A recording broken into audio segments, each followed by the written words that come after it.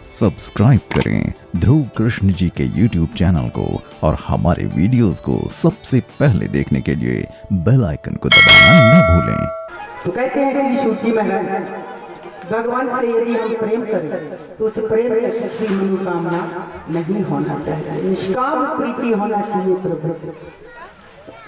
दूसरा प्रश्न पूछा आपने, मंदिर में भगवान का दर्शन करने जाते हैं तो उनमें श्रेष्ठ देवता कौन से हैं? जैसा कि मैंने आपको भी बताया कि हमारे हिंदू सनातन धर्म में 33 करोड़ देवी देवता हैं। कितने हैं? 33 करोड़।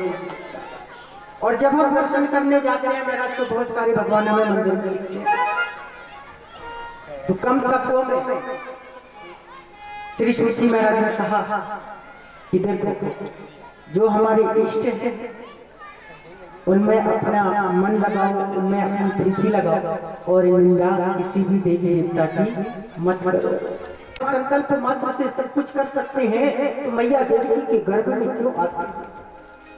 तो श्री सूजी महाराज जी कहते हैं, हाँ ये बात सही है कि भगवान संकल्प मात्र से सब कुछ कर सकते हैं। मैया देवी के गर्भ में से इसलिए आते हैं क्योंकि अपने भक्तों को अपने बाल स्वरूप का दर्शन करा सके, अपनी बाल लीलाओं का दर्शन करा सके, अपने भक्त के विवश होकर परमात्मा माता के गर्भ में आते हैं। प्रेम से जय श्री।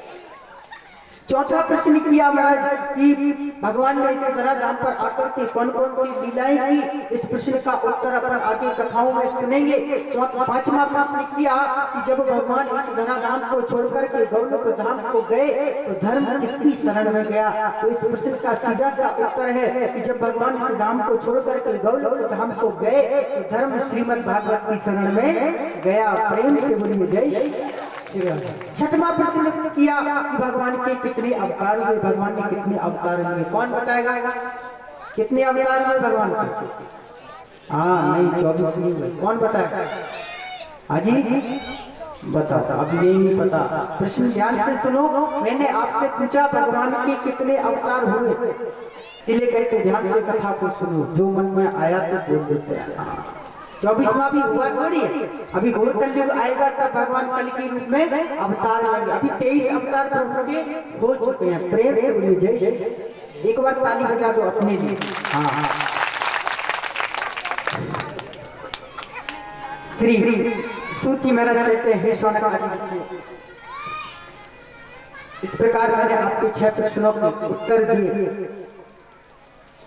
शौनक आदि ऋषि कहते हैं ये वेदव्यास कौन है और इन्होंने श्रीमद् भागवत कथा क्यों लिखा? बड़ा सुंदर प्रश्न पूछा है। वेदव्यासी का जन्म हुआ और जन्म होते ही महाराज जंगल की ओर जाने लगे। इनकी एक मैया है जिनका नाम है सत्यवती। जैसे ही इनकी मैया को पता चला मेरा पुत्र जंगल की ओर जा रहा है महाराज तपस्या करने के लिए, रोका कि बेटा मैं तुम्हारी बगैर कैसे रहूं? तब बेटा व्यास ने कहा, मैया तुम चिंता ना करो, जैसे ही मेरा ध्यान करोगी मैं तुम्हारे सामने आकर के प्रकट हो जाऊंगा। आज वेदा व्यास चले हैं उत्तराखंड में, हरिद्वार किनारे सरस्वती किनारे पहुंचे, वहां सुंदर एक कुटिया बनाई और कुटिया बना करके भगवान का भजन करने लगे। जैसे ही भगवान का भजन करने लगे, आंख बंद की, राम राम, क्या देखा कि कलयुग में कलुषित प्राणियों का कल्याण कैसे होगा? अरे ये तो सारा दिन सारा जीवन नहाने धोने हंसने रोने में व्यतीत कर देते। बहुत चिंता हुआ। तब महाराज 4 वेद लिखे। अब चूंकि वेदों की भाषा बड़ी क्लिष्ट है, आप पढ़ोगे कुछ और अर्थ कुछ और। बोले इन वेदों की भाषा बड़ी क्लिष्ट है, इनसे कल्याण नहीं होगा, क्या करें? फिर चिंता सताई। फिर महाराज 17 पुराण डाला। इनमें जो सबसे श्रेष्ठ पुराण है भाई कौन सा पुराण है? कौन बताए? आपको पढ़ने लिखने में बिल्कुल जीरो। प्रेम से बोलिए जय। 17 पुराण लिख के, लेकिन पुराणों की भाषा भी बड़ी क्लिष्ट है बंधु। फिर चिंता सताई, अब कैसे कल्याण हो? तब महाराज नारद जी का कुटिया में आगमन हुआ। जैसे ही नारद जी का आगमन हुआ, नारद जी ने कहा, अरे ओ पाराशर नंदन, आपका मुख इतना मलिन क्यों दिखाई पड़ता है? अरे साधु संत यदि चिंता करने लग जाए तो इस जन समाज का कल्याण कैसे होगा? क्या बात है, किस बात की आपको चिंता है? सारा वृत्तांत वेद व्यास ने बताया। नारद जी ने बड़ी प्यारी बात कही, देखो ऋषि यदि समाज का कल्याण करना चाहते हो तो सबसे पहले संतों की सन्नति में जाना पड़ेगा। बड़ी प्यारी कथा आती है इधर नारद जी के पूर्व जन्म। नारद जी ने कहा मुझे देखो पहले जन्म में मैं पिछले जन्म में दासी पुत्र था, मेरा नाम रामदास था, दासी पुत्र थे नारद।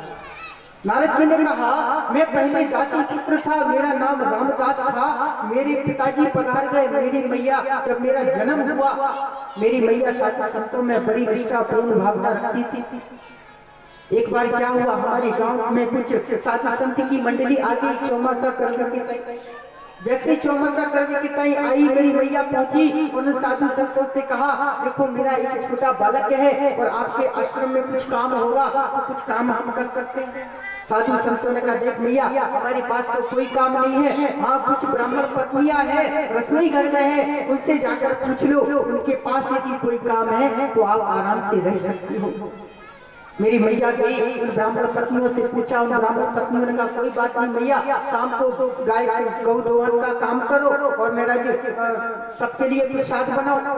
बोले ठीक है। अब तो मैया सुंदर शाम को काम होती, गाय दोहन करती और साधु संतों के लिए प्रसाद बनाती। और वेद महाराज में धीरे धीरे जब बड़ा हुआ और सुंदर जाकर के महाराज साधु संत दोपहर में जब परमात्मा का कीर्तन करते, भजन करते, सत्संग करते, मैं उनके बीच में जाकर के बैठ जाता।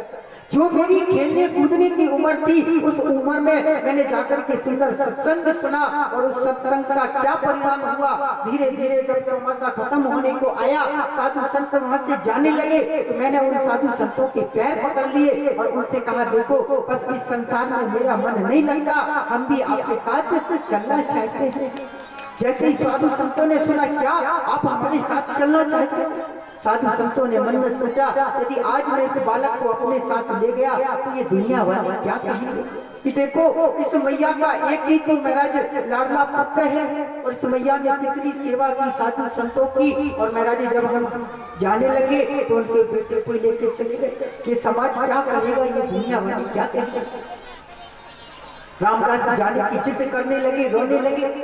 मैया ने साधु संतों ने कहा कोई बात नहीं बेटा, एक काम करो, जब तुम्हारी मैया पधार जाए तब तुम हमारे पास आ जाए।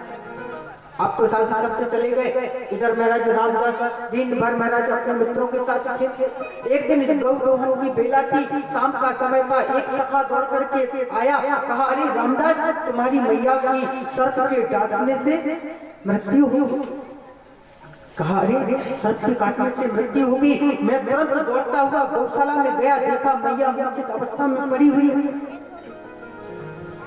कहा हे वेदव्यास मेरी दोनों आंखों से दो प्रकार के आंसू निकले, एक आंख से गर्म आंसू निकले, दूसरी आंख से ठंडे आंसू।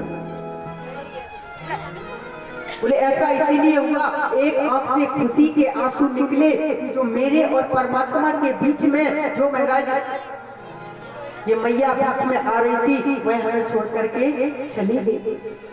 तो खुशी के आंसू है और दुखी के आंसू इसलिए है कि ये दुनिया वाले क्या कहेंगे कि देखो एक तो इसकी मां मर गई, ऊपर से ये खुश होता है, तो दुनिया वालों को दिखाने के लिए एक आंख से ठंडे आंसू निकले। इस प्रकार दो प्रकार के आंसू मेरी आंख से निकले। उसके बाद मैं गया साधु संतों के पास, साधु संतों ने मुझे पास बुला के एक गुरु मंत्र दिया और कहा एक काम करो रामदास, तुम वृंदावन में जाओ और वृंदावन में जाकर के वट वृक्ष के नीचे बैठ कर के इस मंत्र की तपस्या करना, और एक दिन प्रभु तुम्हारे जीवन में अवश्य आएंगे। और वेदव्यास उसी मंत्र के परिणाम स्वरूप प्रभु श्री नारायण ने मुझे दर्शन दिया और मेरे हाथ में ये जो आप पीड़ा देख रहे हो ना, क्या भगवान की दी हुई प्रसादी है। और भगवान ने कहा एक काम करो बेटा, इस पीड़ा को बजाना और मेरी इन कथाओं का प्रचार करना। तो सुंदर इन कथाओं का झंझट में यदि आप प्रचार करोगे तो कलयुग में जो कलुषित प्राणी है उनका भी कल्याण हो जाएगा। क्यों? क्योंकि बताया है ये जो संसार है सब झूठा सपना था। सब्सक्राइब करें ध्रुव कृष्ण जी के YouTube चैनल को और हमारे वीडियोस को सबसे पहले देखने के लिए बेल आइकन को दबाना न भूलें।